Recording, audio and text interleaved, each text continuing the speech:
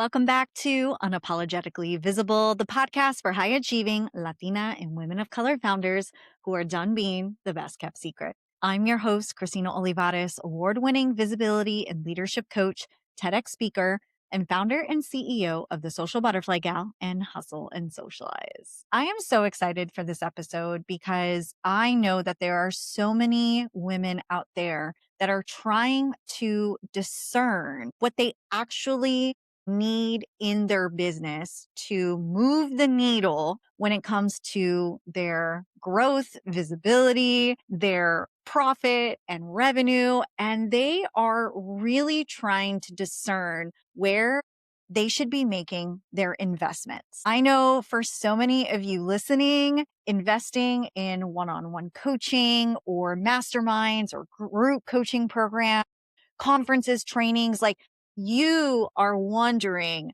how the hell should I even know how to make these decisions? Or what do I really need right now? I am someone who has invested tens of thousands of dollars into my own development over the last decade. In fact, definitely within the last 6 years, I can confidently say that I've invested in one-on-one coaches, masterminds, therapy, retreats, conferences, trainings, and webinars, you name it. And even as a visibility coach and a trusted leadership partner and advisor to Latina and women of color founders, I don't believe in always needing support. Wait, what? How could a coach be saying this? Well, what I fully believe in is being appropriately supported in full alignment with your needs, wants, and desires for the exact season that you're in. And those things are not the same, because one of the most expensive mistakes I see high achieving Latina and women of color founders make, especially once you've crossed that 6-figure mark, is confusing access with alignment. Buying proximity when you actually need is the clarity, or buying strategy when what you actually need is regulation. Nobody teaches us how to discern these specific things when it comes to investing in our own growth as business owners and in a personal development stance. And so in today's podcast episode, I want to take you behind the scenes of my process of how I choose support in different seasons of my business. And this is expanding on one of my most popular episodes about the difference between coaching, consulting, mentorship, and strategy, which I will link that episode in the show notes below. But I want to take you through how I qualify my needs and wants and desires from what actual investments I need to make to move the needle in my business. And my hope is that this episode will allow you to see what actual investments you need to make, whether that is working with a coach in one-on-one support like me and myself and I, or investing in other type of coaching modalities. I'm here to help you save money, time, and emotional energy when it comes to investing in a coach. Because how you choose support is a major leadership decision, not just a personal development hobby.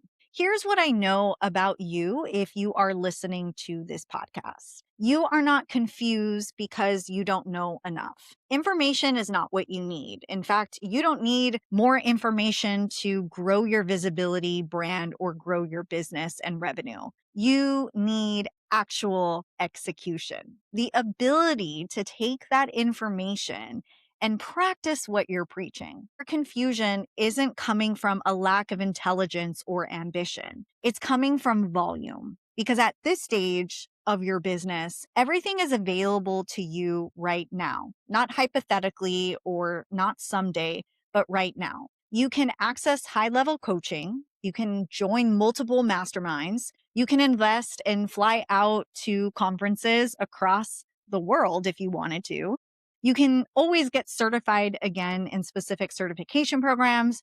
You can always sign up for webinars, membership communities, platforms, and other communities. But no one is telling you this specific part out loud. Just because all of this is available to you that doesn't mean it's necessary for you right now in your current season. Optionality sometimes is not a great thing because you may not be aligned to those options. And when you cross this level of leadership, especially as a Latina or a woman of color, the pressure to stay on top of things quietly morphs into constant low grade anxiety because you start thinking, what if I miss something if I don't join this program? Or what if everybody in this mastermind knows something and I don't? Or what if this is the room that I'm supposed to be next? Which is all valid. In the earlier seasons of business, almost anything helps because you're basically building your foundations. As a newbie, you are in need of frameworks, you are in need of that exposure, and you are investing in a lot of free opportunities or maybe even some paid ones because you are needing the reps. You're learning how to show up, how to sell, and how to be seen. So that type of ROI support is super broad.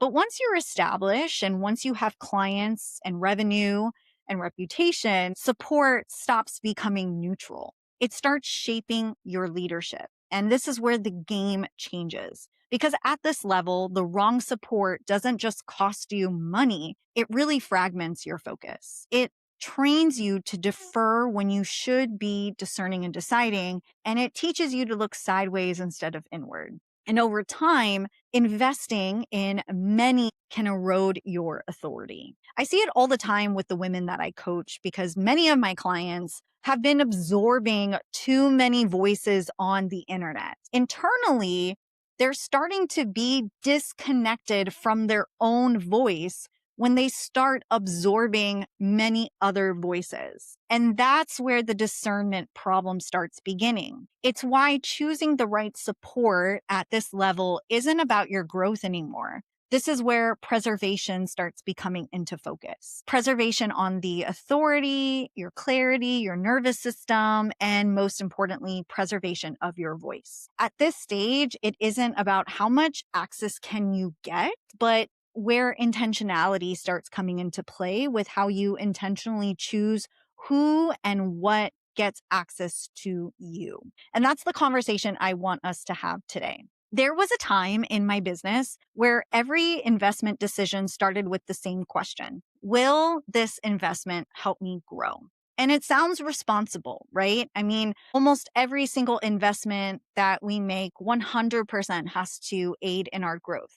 There has to be some type of ROI because you are investing top dollar. But over time, I realized that that question was actually doing more harm than good because that question was super vague. And it was really emotional because everything helps you grow, including the things that stretch you too. Some things teach you and pull you out of alignment, and sometimes they teach you to distrust your own timing and your own voice. And so as I started to get maybe in the later years of my business, I would say maybe around 7 or 8 years of business, I stopped asking that question altogether. And now when I'm making a decision to invest in a one-on-one coach or a mastermind or any type of support that I need in my business, I slowly ask myself these 3 specific questions. Question number 1 is, what season am I actually in? Not the season that I want to be in, because I think that that's where we confuse ourselves, right? Not the season that we think we should be in. We need to stop shoulding ourselves as well. But the season that I'm actually in, my current reality. How much money do I have right now? And how much money is coming in? How much money do I believe I'm going to have when I make this investment? All of these things. What's the capacity that I have? All of those different things. This one is, it requires brutal honesty because a lot of the times our ambitions sometimes lie to us. And what we see on the internet, like comparison, will rush you. And your leadership ego is going to tell you that you should be past this stage by now. And so I always think about what is in my current reality and what type of season that I'm in. And there have been many seasons where I wanted to be in the expansion process, but I was really asking for integration. Or there have been many seasons where I thought that I needed to scale, but I was asking for recalibration. And I often would make big financial mistakes because I thought that it was my time to scale, or other people were pushing me to scale and I wasn't ready for that as well. So there's sometimes this pressure to make decisions before you're ready. And oh my goodness, those are the worst to make. And so I ask myself, am I in a building season? Am I in a stabilizing season, a healing season, or a redefining season? Because each season requires different kinds of support, and pretending otherwise is how leaders really burn themselves out and start distrusting themselves. And that's often why they say, like, oh, I invested in this coach and it didn't work out. Well, were you really honest about the season that you're in? Question number 2 is, what decision am I actually trying to make? So this is the question that filters out 80% of misaligned investments. I ask myself, what decision is actually on my plate in the next 90 days? That's why I always love working in quarters. Really important to really take a look at what's on your plate from quarter to quarter. And so, is this a visibility decision, a pricing decision, leadership boundary, a season of life recalibration? If I can't name the decision clearly, then that's a red flag on what type of support or investment I need to be making. And when you invest without clarity on the decision you're navigating, that's where you sometimes overconsume content instead of actually executing. So that's where you often leave inspired and motivated, but you don't really know what that ROI is that you're trying to get out because you're not really clear on what actually needs to be happening in your current season in a 90-day chunk. And then question number 3 is, what capacity do I have to integrate this without outsourcing my power? This is the question that most people skip because it's super uncomfortable and it forces you to confront your nervous system. I often ask myself, do I have the emotional and cognitive capacity to receive support without deferring my authority? A lot of investments that are made are often people who want other people to tell them what they should do instead of actually getting clear and listening into their intuition and trusting in their own voice. And so I always think about how is going to shape how I think. It's going to question how I operate, what I trust. I really do believe that if you are not clear in your own thinking and the ability to trust in your own gut, any type of support will defer you from that. And so it's really important to understand if you can even be open to receiving the type of feedback and support that you need, because we've often been conditioned to defer that support, really wanting to be working with someone that's going to tell us what to do so that we don't have to go through the trouble of navigating how to come up with these decisions on our own. And so that's why it's really important to make sure that you're not in a season where you're often second guessing yourself. And so I want to kind of go in a little bit of the different types of investments and support, like one-on-one coaching, masterminds, group coaching programs, trainings, memberships, because there's so many different types of support. And I know a lot of people struggle to understand which type of support they need and why they need it. I also kind of want to share the way I choose how I need support. So I want to focus first on private one-on-one support. And this is where you are choosing to work one-on-one with a coach when you know the stakes are more at an identity level. This is not really from a tactical or surface level base. Most often when people are working one-on-one with a coach, it's not because they need better or more content or that they need strategy in particular. These are really identity level things of support that they need. And so I always think about these specific questions of, who am I becoming now that my business is asking more of me? And what type of coach do I need from that, from a one-on-one level support? What version of me has built this business already? And who do I need to become to actually lead in what's next for the next era? What am I holding on to out of loyalty, fear, or cultural expectation? Where am I over functioning because it feels safer than actually letting go? What feels misaligned, but very hard to articulate without someone holding the mirror? And that's really important because one-on-one coaching is not where you get like that surface level tactical things. This is where your coach, if they're a great damn coach, this is where they're going to be holding up that mirror. They're going to be asking you powerful questions to help you guide to getting to your next level of decision making, your next era. And ultimately, this one on one coach is really supposed to be guiding you. Now, of course, in my one on one coaching programs, sometimes there is a level of strategy, consulting, and coaching that I do with my clients and advising because I'm the type of coach that can understand what type of support my clients need in the coaching sessions that we have. And so I know this client right now, she is really navigating questions from a coaching perspective. And so this is where I guide her, or she really needs strategy right now. Let me kind of flip the switch. But it's really important to kind of understand from an identity level what you actually need. And that's where one-on-one coaching comes into play because one-on-one coaching support really requires context and nuances. This really requires someone who could sit with you in the trenches without rushing you towards making a decision that you're not ready for. And this is definitely not a webinar or group container or group conversation. And so I choose one-on-one support when I need a mirror, when I need some discernment, when I need some containment around specific identity level pieces. And I want to say this because it's super important. If you are investing in one-on-one support because you want faster answers and you want someone to point you immediately to those answers, you are choosing it for the wrong reason. Clarity has to be earned and it takes time. And so I usually invest in one-on-one support when I want better questions that help me slow down, help me sharpen my thinking, and return me to my own authority. Let's transition now to group coaching or masterminds, because I know I've been a part of masterminds. I've also hosted a group coaching program. And so I look at group coaching and masterminds when the goal is not normalization. It's more of I enter group coaching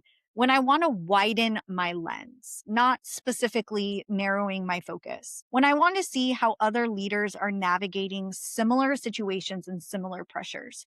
So I invest in masterminds when I'm starting to notice patterns across industries and when I want to feel more expanded by proximity. Group coaching programs are not necessarily mirrors. They are not containers. They're not here to confine you or contain you to a design. This is not where you are second guessing yourself. This is not where you are questioning your pace, because that's where group coaching programs can become very dangerous. Sometimes when you enter in a mastermind or a group coaching program, you might hear someone else's timeline and you start thinking that you're behind.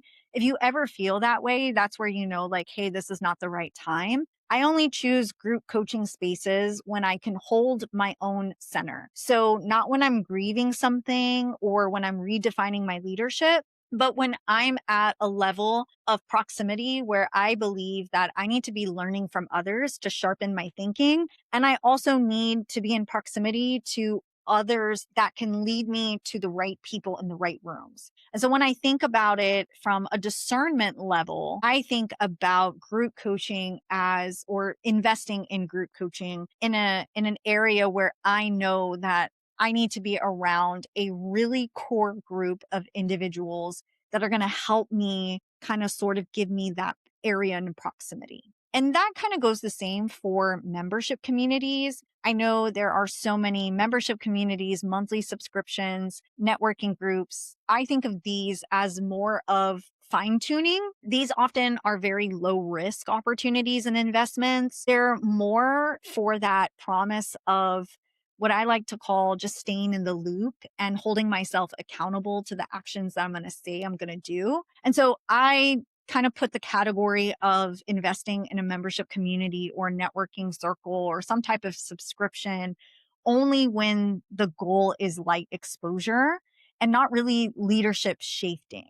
So this is more when I want to pulse on conversations that are happening, but that's not really in-depth conversations, or just a community, a way for me to stay accountable to the value of connection. And so this is where sometimes I see women treating memberships like their primary support systems. And sometimes I do feel like when you are trying to make a really big discernment, if you are already around, a 250,000 revenue mark and you're wanting to get to that next level, you're not really going to find the support that you need in a membership community or in a subscription. And so that's why it's really important to understand why you're making that investment in all. So I definitely think about, if I'm going to join a membership community or a networking space, it's more when my identity is stable, my decisions are super clear, my nervous system is regulated, and I'm not looking for validation or reassurance. I'm just hoping that the community will help me decide, how to continue that connection building and how to hold myself accountable to the things that I need, not specifically like identity level decision making. And so I think about it in the same way about trainings, webinars, and conferences. This is where a lot of money leaks quietly. And as somebody who has hosted conferences for 7 years, and I'm now officially ending that era and reimagining what HNS looks like now from a more high level coaching space, I know a thing or two about leaking money when it comes to conferences. You have to think about trainings, webinars, and conferences as more of information acquisition. This is not where decision making happens. Maybe you might learn something that aids in your decision making, but you don't really attend these things to really get the direction that you need to go. This is really kind of just to sharpen your thinking. And I go in knowing exactly what I'm trying to extract. So if I am hoping that a training is going to tell me what to do with my business, that's a really big red flag, because you're asking something super impersonal to do personal work. Like when you go to a training or a conference, it's not really to hold the nuances of your business, but really I think about trainings, webinars, and conferences as reference books. This is where I take notes. I can always go back and pull what applies to me in this current season and kind of leave what doesn't, but I don't really contort my business to fit what I've learned. And this is super important. If you're consistently leaving conferences, trainings, webinars inspired but super disoriented, that right there is not growth. And that's where the cognitive overload comes. And so when you're thinking about making an investment in a conference or a training or a webinar, I always think about it from a way about how can I gain the information that I need, meet the people that I need to meet, and try to find some different type of ROI in it that doesn't come from decision over ownership or different type of support. So if you are considering investing in one-on-one coaching, group coaching, masterminds, or anything high touch right now, I want you to ask yourself this question. What decision am I avoiding by hoping this investment will decide for me? I want you to sit with that, because sometimes what we really are buying is relief. At the 250,000 to 500,000 level, especially on the path to seven figures, discernment has to be part of your brand. Whether or not you realize it, people are watching how you invest, who you refer to, who you don't work with. They are watching every single move, because that is curating influence. They're watching how you decide who gets that proximity and who gets to shape your thinking when things are super unclear. So think about it the next time that you are trying to make an investment in your support, because it's really important that you automatically qualify who is ready for who you're ready for, and the types of decision making opportunities and investments that you need to make in order to get yourself to that next level. If you resonated with this episode, here's what I want you to do next. Subscribe and leave a review, because that helps this podcast reach more women like us, women who were never meant to stay hidden, women who are meant to be highly visible leaders. Share this episode with someone you love who is trying to discern if they need one-on-one coaching support or wanting to join a mastermind. Anybody who is in that process of trying to make a decision around investing in a coach. And DM me on Instagram at the Social Butterfly Gal. Tell me your biggest reframe or your biggest breakthrough from today's conversation. And if you're feeling the call to go deeper, especially after listening to this episode, and you are wanting to recalibrate your personal brand, leadership, or your visibility, I would love to support you through one-on-one coaching. You can find the coaching information and offers in the links in the show notes below, or send me a DM with the word coaching, and I'll personally walk you through what offers are in alignment with your current season and what it looks like to step into this next era with clarity, confidence, and unapologetic authority. Thank you for being here. Thank you for listening and for all of the shares and reviews. Remember this, you didn't come this far to play safe. You came here to be unapologetically visible. I'll see you next week.